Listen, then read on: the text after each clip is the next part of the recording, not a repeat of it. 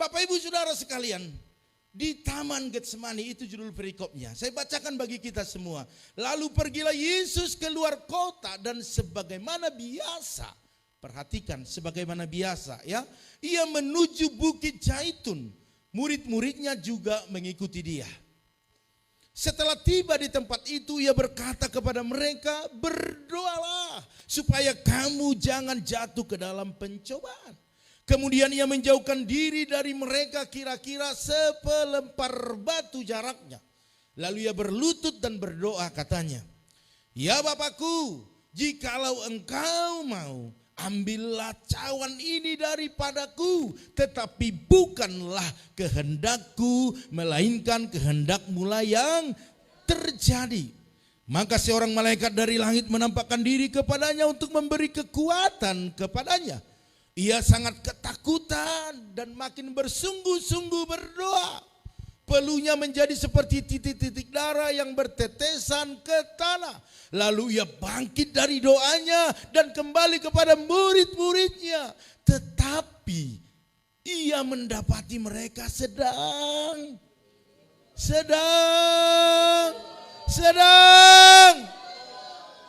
Karena apa? Iya. Katanya kepada mereka, mengapa kamu tidur? Bangunlah dan berdoalah supaya kamu jangan jatuh ke dalam pencobaan. Wow. Bapak Ibu Saudara sekalian, luar biasa kisah ini. Yesus yang dikatakan di awal, yang sebagaimana biasanya. Artinya Yesus datang berdoa ke Getsemani bukan karena ada pencobaan, ada masalah, ada persoalan dalam dirinya. Tetapi dia sudah terus melakukannya sebagaimana biasanya. Coba tanya kiri kanan, kalau kamu berdoa, apakah kamu lagi ada masalah? Bebanku terlepas, atau lagi banyak duit? Segala puji syukur hanya bagimu Tuhan, sehingga berdoa. Bapak Ibu Saudara sekalian, alasan manusia datang kepada Tuhan berteriak mungkin ada dua alasan. Satu, waktu lagi banyak pergumulan. Tetapi yang satu lagi, waktu pergumulannya sudah dijawab Tuhan. Ini dua hal. Mana yang benar, mana yang salah? Dua-duanya benar. Oke, 100 untuk Anda. Ada masalah atau tidak ada masalah, harus datang kepada Tuhan. Katakan amin. Haleluya. Saudaraku sekalian, kalau kita lihat berikutnya, dalam 1 Yohanes 2 ayat 2 dikatakan, dan ia adalah pendamaian untuk segala dosa kita, dan bukan untuk dosa kita saja, tetapi juga untuk dosa seluruh manusia. Ayat ini dilatar belakangi Bapak Ibu Saudara sekalian, karena memang Yesus datang ke dunia ini hanya untuk menyelesaikan persoalan-persoalan kita. Katakan kiri kanan, kamu datang untuk jangan hanya menyelesaikan persoalanmu, tapi selesaikan persoalan yang lain. Haleluya. Kan Yesus contoh, teladan. Makanya hari ini dikatakan bahwa manusia itu sudah berdosa dan hilang kemuliaan Allah. Sehingga hubungan Allah dengan manusia itu terputus. Sehingga harus ada seorang pendamai, pengantara, penghubung, mak comblang. Mak comblang pasti tahu lah ya. Contoh, ini contoh, nggak enak ini nunjuk orang ini ya. Contoh, ini yang dua ini aja lah. Ya, Matius, Pilatus, Koletus, gitu. Matius dan Joan. Joan tanggal 3 mau pulang kampung. Sedih ya. Tapi datang lagi. Nah, ini ingat-ingat aja, siapa tahu kasih oleh-oleh dia. Ya. Contohnya mereka ada bermasalah nih. Hubungannya putus. Selesai. Ya. Tidak akan bisa ini baik kembali kalau tidak ada yang menghubungkan kedua belah pihak. Ditanya sana, mau nggak kamu berdamai? Wah, nggak mau, sampai mati. Kalau ini mau nggak? Apalagi saya, dia yang salah kok, udah sampai mati. Berarti sampai mati tidak ada hubungan.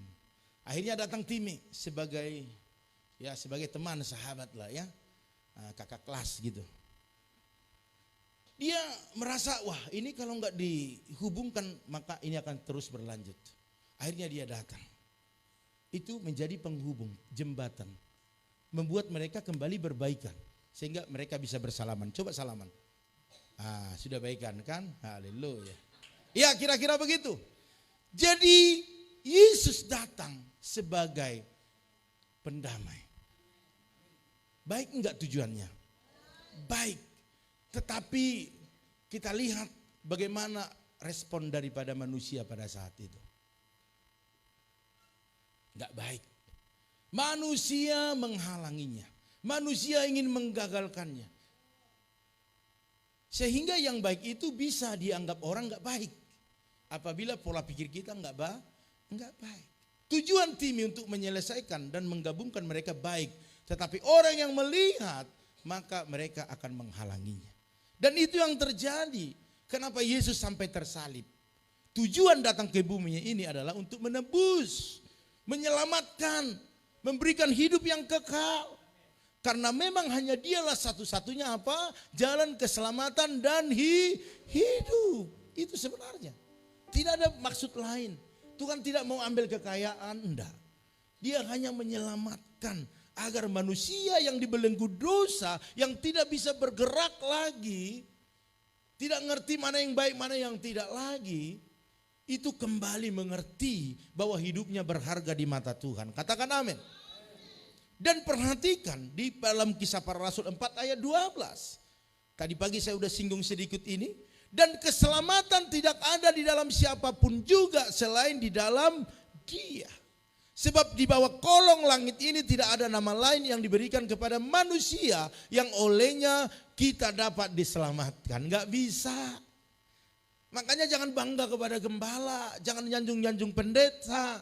Karena pendeta itu tidak bisa menyelamatkan. Tetapi sanjunglah Tuhan terus. Amin. Sanjung Yesus terus. Karena waktu Dia kita sanjung, kita mendapat keselamatan. Amin. Ku sanjung Kau di tempat tinggi, sebab Engkau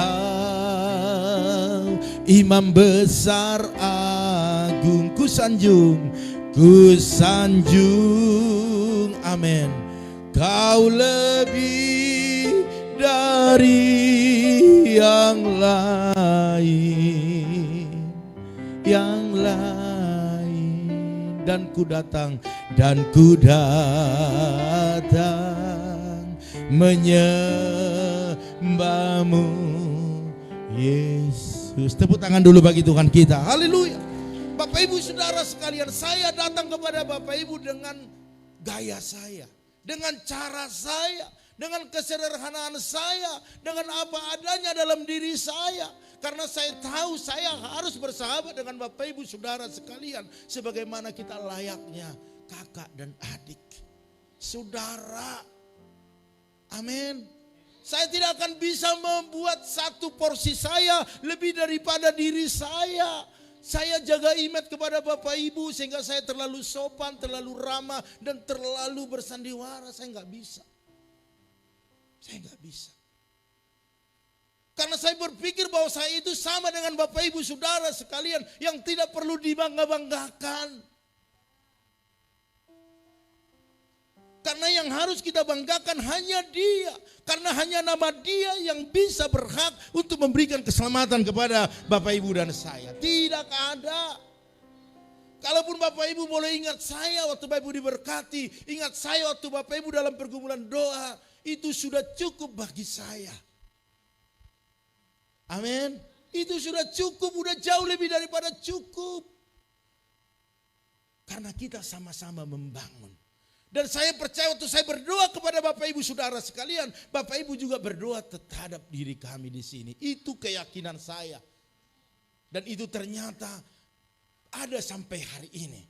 Kami boleh sehat, kami boleh bangkit, kami boleh keluar dari masa-masa sulit kami. Itu semua karena doa-doa jemaat di tempat ini. Berikan kemuliaan bagi Tuhan kita. Katakan haleluya. Oleh karena itu Bapak Ibu, tidak ada nama selain nama Yesus. Amin. Memang tunduk otoritas itu harus kita lakukan dalam hidup kita. Jangankan di gereja, di keluarga juga kita harus tunduk otoritas. Kita harus menghargai suami, kita harus menghormati istri, bahkan menghormati orang tua, mengasihi anak-anak. Memang itu harus ada. Tanpa itu maka tatanan hidup kita akan rusak. Begitu juga dalam pekerjaan Tuhan.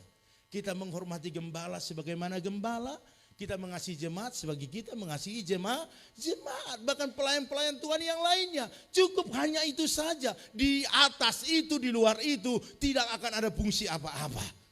Sekalipun mungkin pengurapan saya luar biasa, waktu saya doakan tiba-tiba jatuh, tiba-tiba sembuh kanker, mujizat terjadi. Nama saya tetap nama perlindungan silalahi yang tidak punya kuasa. Tetapi yang punya kuasa hanya nama Yesus Kristus. Katakan amin. Jadi nama Yesus itu, itulah bawa Bapak Ibu. Kemanapun Bapak Ibu, bisnismu, keluargamu, penyakitmu, apapun yang kau gumuli hari ini, bawa nama Yesus. Hanya nama Yesus.